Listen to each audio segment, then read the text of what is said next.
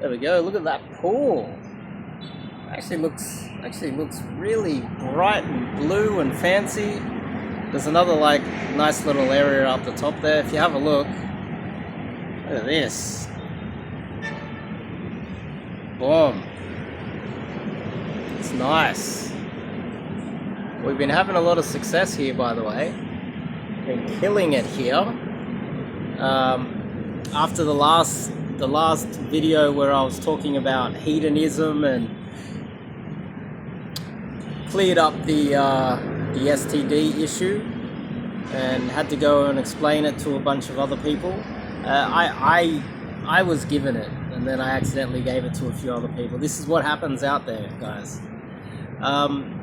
But today, there is a bit of a perception out there of guys that don't get any success with women. They want to get out there and tell you that you're chasing validation from women. They also want to say that, oh, you're chasing too many women and you're dating too many women, and because you're not able to lock down a good relationship, maybe you're the problem, you know, because you're doing that. And the other issue that guys think about, because they don't know what they're talking about, is that approaching lots of girls, trying to get through girls, you know, through cold approach and dating a lot of different girls, it's like your happiness is dependent on external validation. That's kind of the argument. It's like you don't have any internal,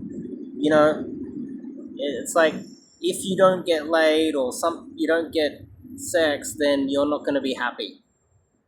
I just want to address these three things, really. So firstly, the whole idea that a guy, you know, going out there and dating lots of girls and not securing a good relationship is his fault somehow. So it is really difficult to tell if a girl is crazy when you first meet her.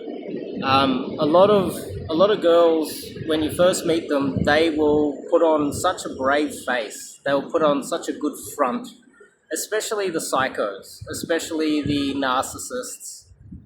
And narcissism and female mentality, because think about it, you have to be almost a selfish, narcissistic psycho to think it's perfectly okay for your brother, for the men that you went to high school with, the men that you went to university with, to just go off and fight a war and be thrown into a meat grinder and murdered at the front lines of a war for your safety and go, oh, I'm just a girl, save me because I'm so innocent. While simultaneously then turning around and saying that the entire political system needs to be protect you and your rights. You have to have, by and large, across the board, some form of narcissistic, evil sort of traits. And what we're doing here is we're filtering through, because there's such a large percentage of them out there. So many good men get burnt by dating the wrong women. Look at the divorce, the divorce rates, the amount of divorce in the world, and how many women, push for divorce, and how many women actually not only push for the divorce, but get a really good deal out of the divorce. And so all of this signals that there's a large percentage of women who they're just bad to be around. They put on a good front up front. They might be pretty and beautiful, but they will act nice and good, and I won't put him in the video. And they'll put on a good front, and they can put on a good front for quite a long time. You see, they could do it for years. So what I suggest with guys is that when you start dating a girl, it might take a while for you to figure out whether she's crazy or not, or whether she's really just a bad person and she's been hiding it. So the early phases of dating, people put on their best self.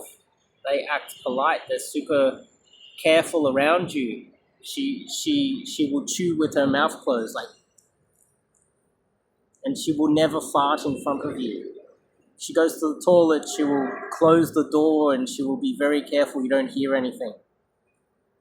And maybe a year later, the door's wide open, she's farting in front of you, she's not worrying about dressing as best as she could, she's dressing up really well to go out to dinner, now she's turning up in her pajamas. And then you see her when she's comfortable with you, that's the person you're going to marry, and it takes a while for the courtesy, the freshness of the relationship, her being on guard, and her showing her true self.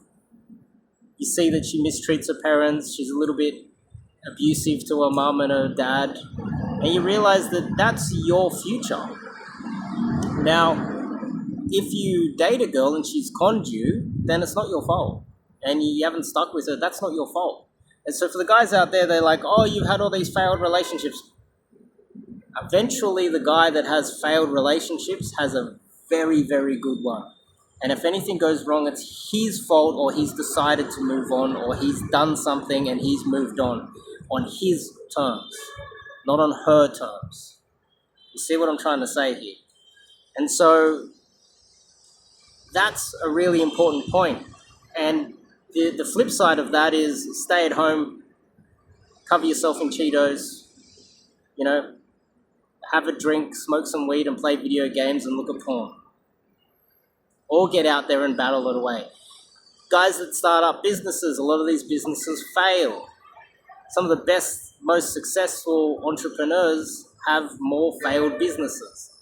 The guys that have the best relationships have more failed relationships. Simple. Now, chasing validation. PUAs are only chasing validation from women. Do you need water or you die? You need to drink some water, right?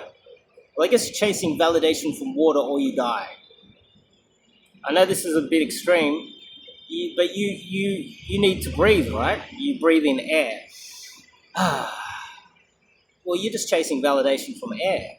I would say relationships, as human beings, we get lonely. We're not that stoic man that's able to hide in a cave. Even the guys that hide in man caves, they're drinking alcohol. They're distracting themselves with sport or video games. Some of them smoke weed. It's really just a cope. They're not doing it sober and by themselves, sitting there meditating for years on end. They're distracting themselves with sports on TV. They're distracting themselves with drugs and alcohol. They don't have access to women, so they're distracting themselves with porn. And so my argument here is that you cannot live without it. You can't live without friends and family and women. Sometimes you can't choose your family, you're born with them. Some of them are, sometimes like myself, you have a family that are a bunch of pieces of shit, and you got a single mother that bounces around all over the place. You don't have any real reliable family to rely on. And so therefore you need social interactions with friends and relationships with women. And so I would associate that, because a lot of men, they get lonely and then they just liquidate themselves. They get lonely, their wife divorces them, something happens, they're just by themselves all the time. They go down rabbit holes because they start losing their mind because they're alone in their own head. I would say having relationships, and as a man, like just having friends and family and loved ones around is in a way just as valuable, or almost as valuable, or as important as breathing or drinking water or anything else. Because if you've got all the water and all the oxygen all you want, and you're in a cave by yourself, or you're trapped in a jail cell, you're still mentally going to struggle unless you've got some friends or a girl around. These guys are still going to want to look at porn. They're going to still want to, they're going to need these things around. to have a fulfilling life. And so the idea that you're chasing validation from women, well, in a way it's true, because the same way that you're chasing validation from water or oxygen or food, or getting enough sleep, you're chasing sleep validation. The argument there is basically that there's such a limited amount of women that you can't rely on it. I get that argument. In the desert, there's a shortage of water too. But sometimes you just got to do with what there is. And, learning cold approach and getting out there and trying to meet some girls, that might be your only option. And so the argument that you're chasing validation from girls, it is true and it is not true at the same time, because you got no other choice.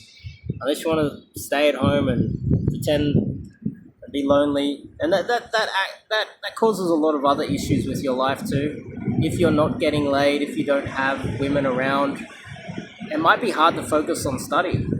It might be hard to focus on your career without at least, a lot of guys, they will get married just so that they can focus on their business. And they got a wife at home. They might see her not very often, but when they do, in the back of his mind, he's got himself a woman, he's married, he's got some kids, and then he just works 7 days a week on his business. It's almost like he needed them as a support crew so that it at least feels like he's part of society while he gets out there and builds his becomes CEO and runs this massive business.